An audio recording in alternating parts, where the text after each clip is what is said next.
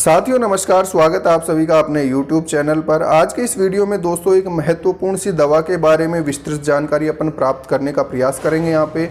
और आज का टॉपिक रहेगा दोस्तों अपना इंजेक्शन क्लोप्रोस्टेनोल। इंजेक्शन क्लोप्रोस्टेनोल जो होता है मार्केट में बहुत सारे नामों से उपलब्ध होता है, जैसे इंटास कंपनी का इंजेक्शन प्रेग्मा के नाम से अवेलेबल होता है, वेट केयर का इंजेक्शन वेटमेट के नाम से उपलब्ध होता है जो कि बहुत प्रचलित भी ब्रांड है। उसके अलावा दोस्तों विरबैक कंपनी का प्रेगोवा के नाम से भी अवेलेबल होता है। तो इस प्रकार मार्केट में बहुत सारे इंजेक्शन अवेलेबल हैं जिनमें साल्ट होता है क्लोप्रोस्टेनोल। तो आज के इस वीडियो में दोस्तों क्लोप्रोस्टेनोल से संबंधित संपूर्ण जानकारी यहाँ पे अपन डिस्कस करेंगे कि इसका उपयोग अपने को कहाँ करना चाहिए, कहाँ पे इसका उपयोग नहीं करना चाहिए, क्या क्या यूजेज इसके अपन कर सकते हैं, उसके अलावा इसकी डोज क्या रखनी होती है, कैसे एडमिनिस्टर करना होता है। ये सारी जानकारियाँ आज के इस वीडियो में अपन प्राप्त करने वाले हैं। उससे पहले जो लोग नए हैं, जिन्होंने अभी चैनल को सब्सक्राइब नहीं किया है, चैनल को सब्सक्राइब करते हुए बेल आइकन को दबाइए, नोटिफिकेशन बेल को ऑन कीजिए ताकि भविष्य में आने वाले उपयोगी एवं ज्ञानवर्धक वीडियो सबसे पहले आपके पास पहुँच जाए। उसके अलावा दोस्तों डिस्क्रिप्शन में यहाँ मेरा इंस्टाग्राम का लिंक भी है, वहाँ पे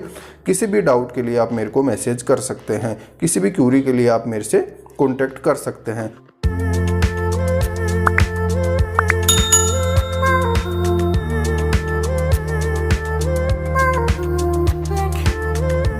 अब बात करते हैं दोस्तों इंजेक्शन क्लोप्रोस्टेनोल के बारे में। तो सबसे पहले अपन समझते हैं दोस्तों कि जो क्लोप्रोस्टेनोल होता है किस प्रकार की एक दवा है। तो क्लोप्रोस्टेनोल दोस्तों PGF2 अल्फा का सिंथेटिक एनालॉग होता है, यानी PGF2 अल्फा जो प्रोस्टाग्लैंडिन्स होते हैं उनकी तरह काम करता है। अब प्रोस्टाग्लैंडिन्स क्या करते हैं, एनिमल्स की जो प्रेगनेंसी होती है उसको टर्मिनेट करने का काम करते हैं, यानी प्रेगनेंसी को ख़त्म करने का काम करते हैं। अब कैसे करता है ये काम, इसको अपन समझने की कोशिश करते हैं, तो थोड़ा विशेष ध्यान दीजिएगा इन बातों पर। तो सबसे पहले देखिए दोस्तों, जैसे ही प्रोस्टाग्लैंडिन यानी क्लोप्रोस्टेनोल जानवर के शरीर में अपन एडमिनिस्टर करेंगे, उसका इंजेक्शन अपन उसको लगाएंगे, तो उसकी ओवेरी के ऊपर जो कार्पस ल्यूटियम होता है या ल्यूटियल सिस्ट भी हो सकती है। अगर एनिमल प्रेग्नेंट है तो वहाँ पे निश्चित रूप से कार्पस ल्यूटियम होगा। कार्पस ल्यूटियम क्या करता है, प्रोजेस्टेरोन हार्मोन सिक्रीट करता है, जिसकी वजह से प्रेगनेंसी बनी रहती है। यानी कार्पस ल्यूटियम से प्रोजेस्टेरोन हार्मोन स्त्रावित होता है जो कि जानवर की गर्भावस्था को बनाए रखने में हेल्प करता है। ठीक है, अब जैसे ही कार्पस ल्यूटियम वहाँ से खत्म हो जाएगा तो प्रोजेस्टेरोन हार्मोन बनना बंद हो जाएगा। जैसे ही प्रोजेस्टेरोन हार्मोन बॉडी के अंदर जनरेट होना बंद होगा तो जानवर की जो गर्भावस्था है वो खत्म हो जाएगी, यानी उसका अबॉर्शन वहाँ पे देखने को अपने को मिलेगा। तो ये बात अपने क्लियर हुई दिमाग में कि क्लोप्रोस्टेनोल से अबॉर्शन क्यों होता है, समझ में आ गई ये बात। अब बात करते हैं दूसरी, अगर मान लीजिए एनिमल प्रेग्नेंट नहीं है और वो हीट में भी नहीं आ रहा, ठीक है, तो उस केस में क्या देखने को मिलता है अपने को, ल्यूटियल सिस्ट होती है, ओवेरी के ऊपर ल्यूटियल सिस्ट होती है, जिसकी वजह से क्या होता है एनिमल हीट के साइन नहीं दिखाता। ठीक है, एनिस्ट्रस की कंडीशन अपने को वहाँ पे देखने को मिलती है। तो उस स्थिति में भी जैसे ही अपन क्लोप्रोस्टेनोल उसको लगाते हैं तो वो ल्यूटियल सिस्ट वहाँ से डीजनरेट हो जाती है, वो खत्म हो जाती है और एनिमल का जो हीट साइकिल है वो रेगुलेट हो जाता है। ठीक है, तो एनिमल के हीट साइकिल को रेगुलेट करने के लिए भी इसका उपयोग किया जाता है, प्रेगनेंसी को टर्मिनेट करने के लिए भी इसका उपयोग किया जाता है, पार्चुरेशन यानी प्रसव को शुरू करने के लिए, इंडक्शन ऑफ पार्चुरेशन के लिए भी इसका उपयोग किया जाता है। उसके अलावा कई बार जैसे फीटस डेड हो जाता है यूट्रस के अंदर ही, बच्चेदानी के अंदर ही अगर बच्चा ख़त्म हो गया है तो उसको बाहर निकालने के लिए, पार्चुरेशन को इंड्यूस करने के लिए, सर्विक्स को ओपन करने के लिए, इन सब कामों के लिए अपन इंजेक्शन क्लोप्रोस्टेनोल का उपयोग करते हैं।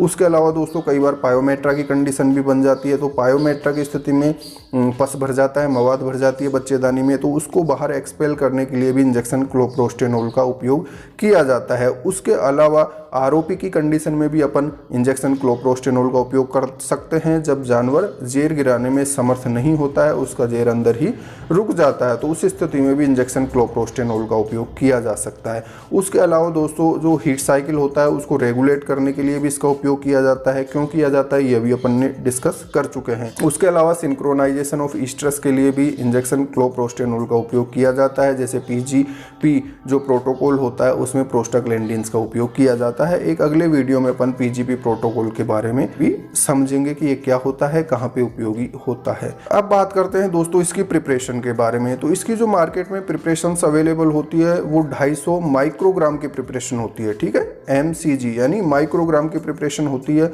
इसका मतलब क्या होता है कि 1 ml दवा के अंदर 250 माइक्रोग्राम क्लोप्रोस्टेनोल होता है।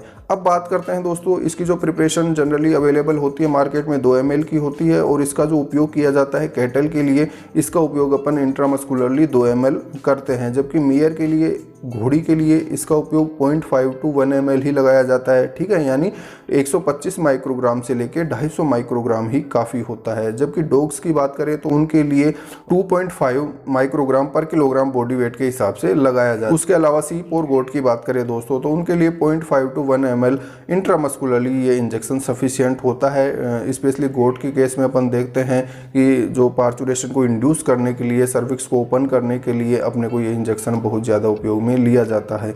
तो ये बहुत सारे उपयोग होते हैं इसके। अब यहाँ पे बात करें दोस्तों कि इस इंजेक्शन को किन परिस्थितियों में अपने को नहीं लगाना चाहिए, तो सबसे पहला पॉइंट, प्रेगनेंसी की स्थिति में, जैसा कि अपन ने पढ़ा, प्रेगनेंसी को ख़त्म करने के लिए, अबॉर्शन करवाने के लिए या सर्विक्स को ओपन करने के लिए इस इंजेक्शन का उपयोग करते हैं अपन। तो प्रेगनेंसी की स्थिति में कभी भी इंजेक्शन क्लोप्रोस्टेनोल का उपयोग नहीं करना होता है।